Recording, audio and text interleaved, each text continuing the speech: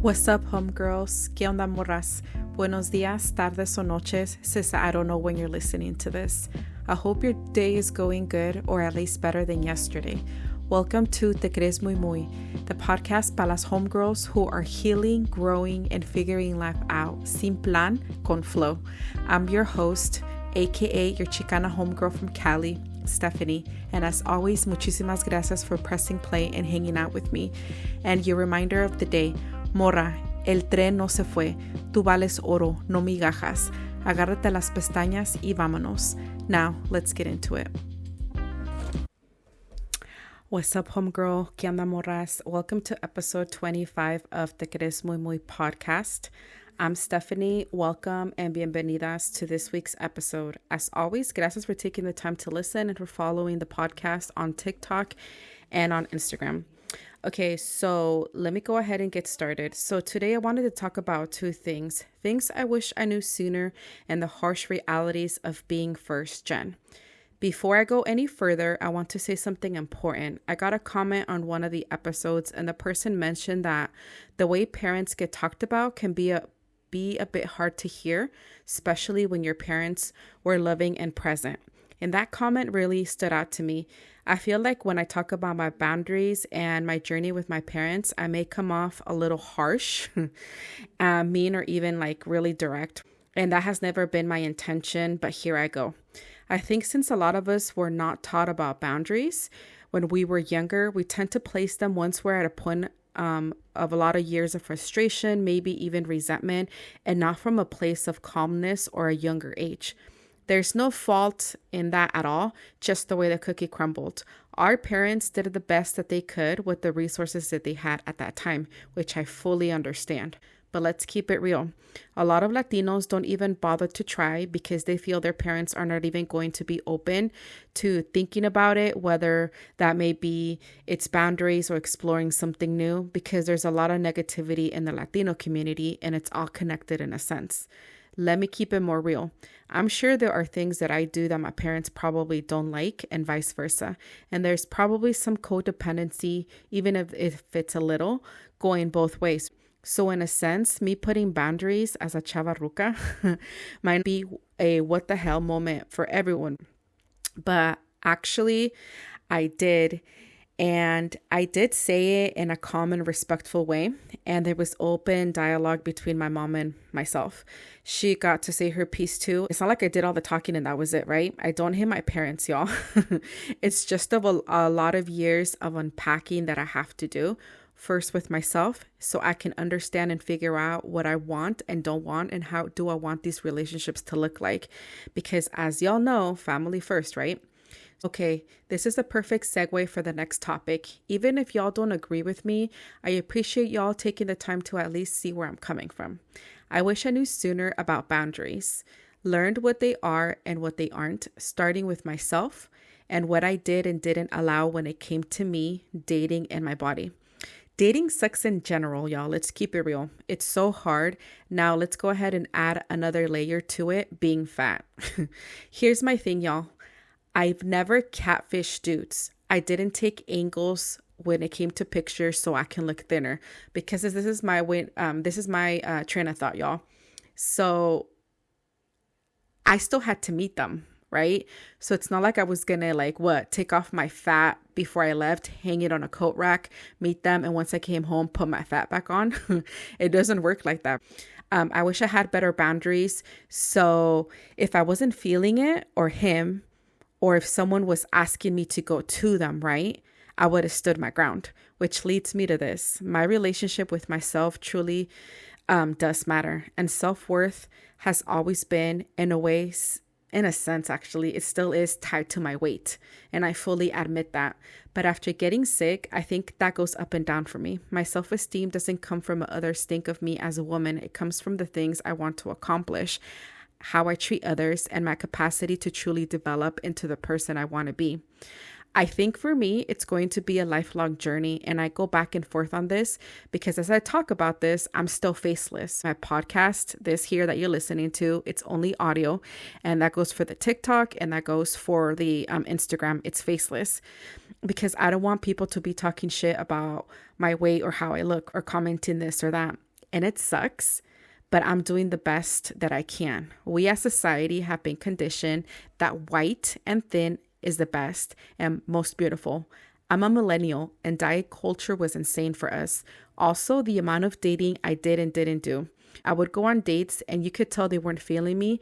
And there I was still just sitting there instead of ending it. And that was a harsh reality that I had to come to terms with, that I feel like it's lesson learned. But I feel like I lost a lot of time into talking to dudes that you could tell were just not into me. Anyways, another harsh reality is that kind of connects to this is for a lot of us. I don't know if this is a first gen thing, but a lot of us start to practice or place boundaries when the situation is already at a burnout, frustration, or anger, not from a place of calm or healthy in a sense.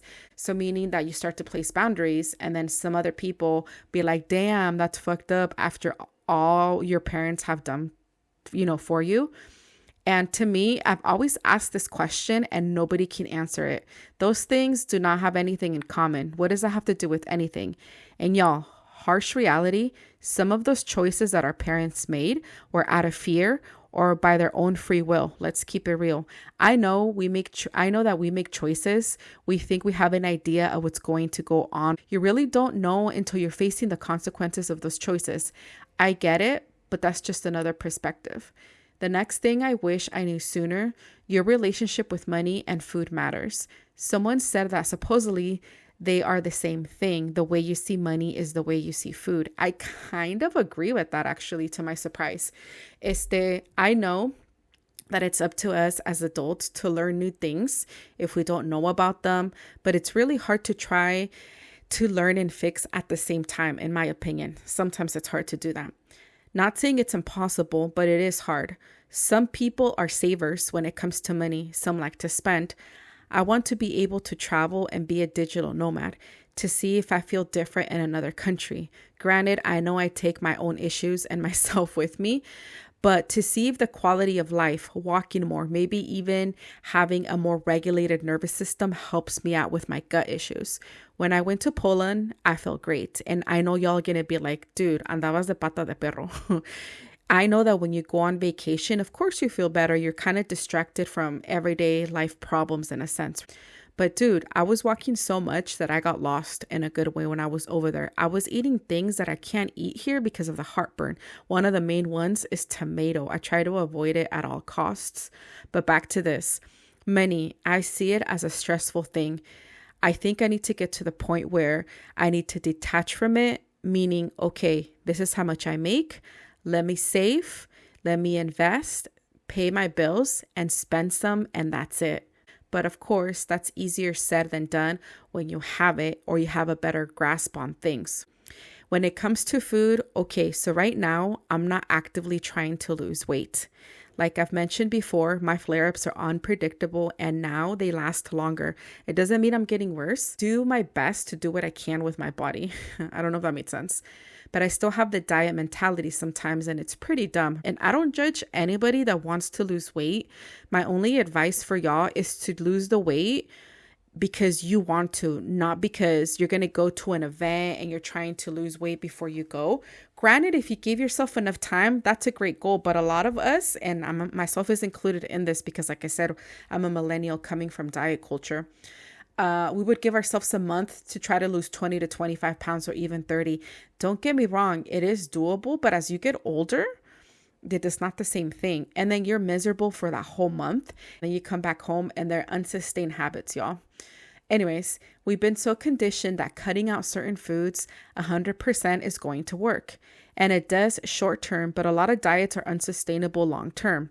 Us Latinos, we use food for hella things, to get together, celebrations, when people pass away, which I know sounds weird, and obviously to survive. But are you really not going to eat a tortilla because y'all really think a single piece of cake or a tortilla is going to make you gain a pound? And obviously, there are people who, because of an illness, can eat certain foods, and I get it. But you're out here in a badass mood, buying freaking bok choy and eating 1,200 calories, bien hambriada, making boring ass salads because some influencer told you to. Like I said in the last episode, start adding things and cut these bad foods by half. And by the way, I keep saying this, food doesn't have morals. So there's no such thing as good or bad food. You really can't eat a piece of cake because you're on a diet or because it's a bad food. Are you sure that it's not the fact that maybe, just maybe, you feel like you wouldn't be able to control yourself and maybe eat a bigger piece or maybe even go for seconds and thirds, which by the way, there's nothing wrong with that, instead of just one piece. And it's hard to admit that maybe you don't have self-control right now. Because obviously I'm not a health expert, but I'm almost 40, someone who has dieted pretty much off and on since they were 16. I can tell you that one piece of bread or one piece of tortilla is not going to make you gain weight. And you may go up, obviously, the next day because of the water retention, but that's it. It's not fat, y'all. Anyways, let me get off that rant. This one is a mixture of both things. Therapy. So ahí les va. If you've had the privilege of going to therapy, then you know it can be hard work. You are going for yourself, y'all, not for someone else. Your expectations of it can be wrong in a sense sometimes. A therapist is never going to tell you what to do. They are there to kind of guide you and give you perspective on new things. You can learn new coping skills, learn more things about yourself and why things the way they are with you. But homegirl, that won't change what's happening at home, meaning you learn how to navigate, how to control yourself and your reactions, but that's it. Remember, you can't make people change, and sometimes you are the problem. Let's keep it real. Sometimes you're too in your feelings, you're in your head, ruminating. The other aspect that I always say is that we can't be healing 24/7. You might go through stages of not actively working on yourself, and sometimes you are. It's just some food for thought, excuse me. Okay, let's talk about religion. Some of us grew up Catholic or Christian. A lot of people left for whatever reason. Some of us were poorly catechized, some of the rules, and some because of the abuse scandals that was happening and is happening in the Catholic Church. I wish I knew sooner, or when I was younger, maybe like a year after I did my first communion, that I could seek spiritual direction and ask hard-hitting questions. That's why there's deacons. That's why there's priests. That's why there's religious sisters. But not everybody's qualified, right? You have to find somebody. And sometimes it is hard to find, especially if you live in towns or cities that they're smaller. You know, hay tantas like Catholic churches and stuff. Sometimes you may have to do it online. I wish I knew that there was a lot of misinformation about Catholicism, and that if we're not aware of what's right and wrong, it can lead us in the wrong path. That they are evil religious people. That not all, but a lot are not pro-life like they claim to be, pero they're pro-birth. And a lot of them are racist. I wish I knew sooner that if you're an older adult who is not married, doesn't have kids, there's really at times no real support, but the church still asks you to support it. That you sometimes may not fit in certain spaces because they have groups for the kids who are in high school, young adults, young singles, married and older folks. So everybody who's like maybe in their 30s to 40 or 45, not married, no kids, you don't really belong anywhere, especially if you go to an older parish and there's like a women's club. All those ladies are hella retired. Nothing wrong with that, but sometimes they can't relate. Or if you're the only Latina and the rest are white, you know, it's kind of hard to relate sometimes, because I remember that a couple times I would go to a retiro. I was the only Mexican. Era the youngest one, and they would be excited to see me like, oh my gosh, you really don't get young people. But sometimes they would be talking about like being grandmothers and their kids, and I was just sitting there like, I can't relate. I wish I knew sooner that there were awesome women in the Catholic Church, todas las santas, la Virgen, the nuns, the sisters, who sometimes are forgotten about. They are nuns, y'all, praying every single day from 2 to 3 in the morning for women who just have their babies and their families. Serving and helping in women's shelters, being teachers, being nurses, being doctors. Now, some harsh realities. The harsh reality is that no matter how much we want our parents to maybe change the way they see things, that's probably not going to happen. Granted, I know we can't change people. Change has to come within. But in a sense, especially women, like for example, if you wanted to study abroad or move away for college, I know they freak out because during their times, that wasn't a thing where a woman moved out. And I understand that they fear for our safety because they love us. I totally understand. And they probably feel threatened by that because it's something new, especially if you're first gen and you're the older daughter. I truly understand that because it's a new process. They don't understand. They don't understand why you would have to move. And they're probably like, maybe we can't afford it or something. I get it because you don't know what you don't know in a sense. But here's another perspective. That love can keep them stuck. Or some parents have the mentality that at times, if something is new and they themselves don't understand it, they think it's a pendejada. And they want a tried and true process, meaning almost like something's guaranteed. Like, okay, well, if you move away, you better do this and this better happen and this and that. Como que no te dan sometimes the flexibility for error and trial, you know? I don't know if that makes sense. Another harsh reality, first gen experiences is not monolithic. Geography, the parents' level of assimilation, which is a huge one. Legal status también is huge. Connection to the home country, it all shapes things so differently. Here's an example. Not all our parents come from a rancho. Some come from mid to huge cities. The Chicana from East Oakland is going to have a very different experience from a Chicana from Montana. I know that sounds so obvious, but some people don't think about that. They just group all first gen together. Another harsh reality is that some of our parents are going back to Latin America when they retire, and you probably won't go with them, not unless that has always been your plan to leave with them. And the harsh reality is that both you and your parents are arriving to a brand new country. It's not the Latin America from decades ago. Even if your parents go once a year, the people, the town, and the city change.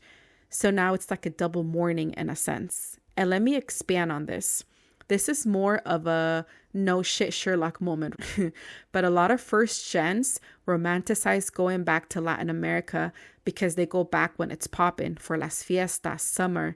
They do a month there, maybe a couple of weeks or 2 months, and they are spending American dollars. That's why a lot of folks from Latin America, born and raised, don't like First Gen Latinos.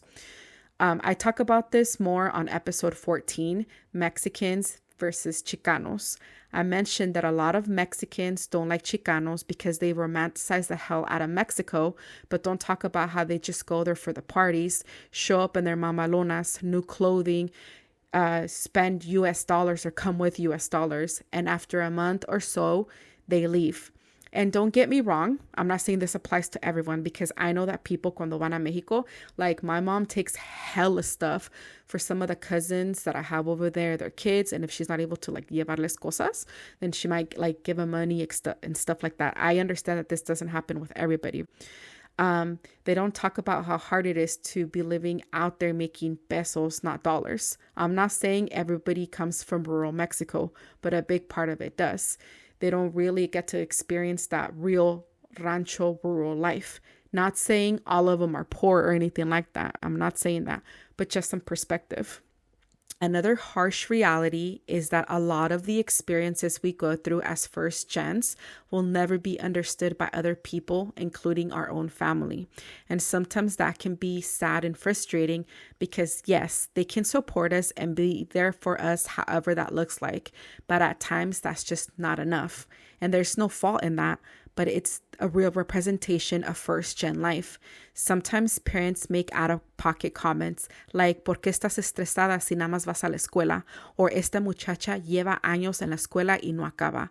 Or how some classmates or teachers tell you to lean on your family for support. Some of us can, but our support looks different. And for some, that support never comes at all. Also, another harsh reality, your support. Especially if you're trying to start a business that is service-based like food, clothing, hair, nails, etc. Latinos at times will be your biggest haters, and at times no support will come from them and it comes from other people instead. Latinos are haters, not all, but a big part are.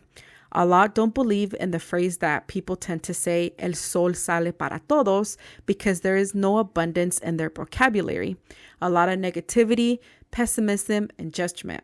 Se cree muy muy. porque vende puros jugos. Esos jugos ni están buenos. Están bien culeros.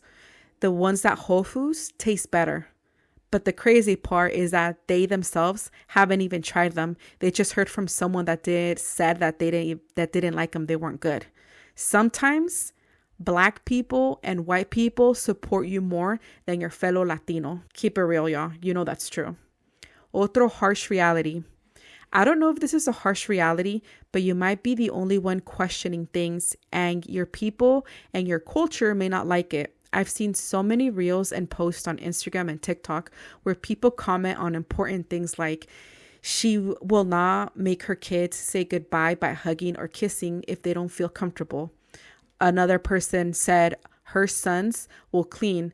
Another person said kids will go to therapy if needed. Another person said college will be spoken about but not mandatory. Another person said supporting them in a creative pursuits and hobbies, not just making them play sports.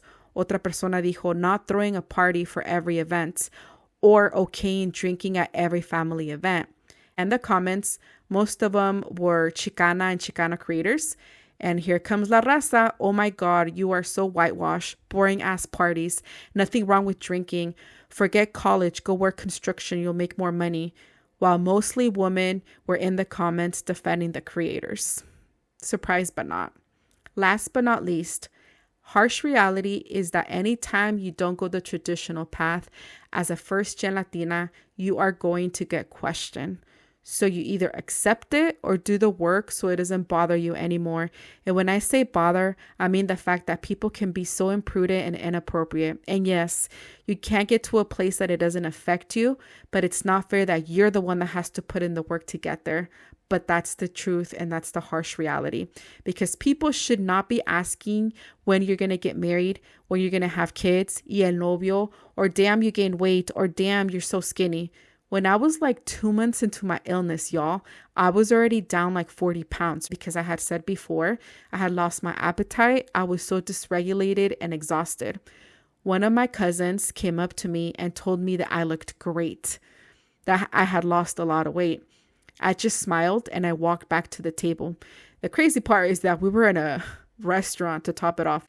And I was super like nauseous and not hungry at all. If she only knew what I was going through. Anyways, we wouldn't have to give explanations, but then if you defend yourself, your tías or your tíos get mad at your parents too. Me contestó muy feo o porque es así, es bien grosera. And then your parents get mad at you too because now supposedly you created conflict between the brothers or the tías. I'm not saying that it happens all the time, but we've seen it. It's unfortunate because you never really see people questioning the guys on why they're already drunk and it's still early. It always seems to land on the girls. And the fucked up thing is that some of the people asking have their own lives in shambles. Ain't that a bitch? And ojo, some people are genuinely asking because maybe they haven't seen you in years, and that's a different thing entirely. But you shouldn't have to walk into a family event already bracing yourself like, fuck, here comes Tia Gloria. She better not say anything. Okay, homegirls, did you make it? Because that was damn near almost 25 minutes. I know it's a lot. Remember, my goal is never to blame our parent to come off negative, but maybe in this episode that wasn't accomplished. I do realize that our people do the best they can with the resources they have available, and it's okay to say that maybe that wasn't enough or it looked different, and there's no blame in that. Sometimes it just happens like that. I hope as always that something in here hit for you, whether it was the boundary stuff, the food, the money, religion, family dynamics, or just knowing that someone else gets it, because that's really what this is about. It's not about having all the answers or having it all figured out, because I definitely don't. And maybe that may never come because once again, we can't change people or situations that already happened. It's just about being honest about what the actual journey looks like, the messy, frustrating, sometimes funny, sometimes heavy parts of it. And if you're in the middle of any of this right now, just know que no estás sola. I get you. Anyways, as always, gracias for listening. Follow the podcast on TikTok and Instagram. Don't forget el journal de mis life shits is available, and I also have the freebie for the boundaries. It's on there. It's on my beacons page on both TikTok and on Instagram. Click on the links. Anyways, I will catch you guys the next Monday. Thank you so much for stopping by. I'll catch y'all next time. Cuídense. Bye.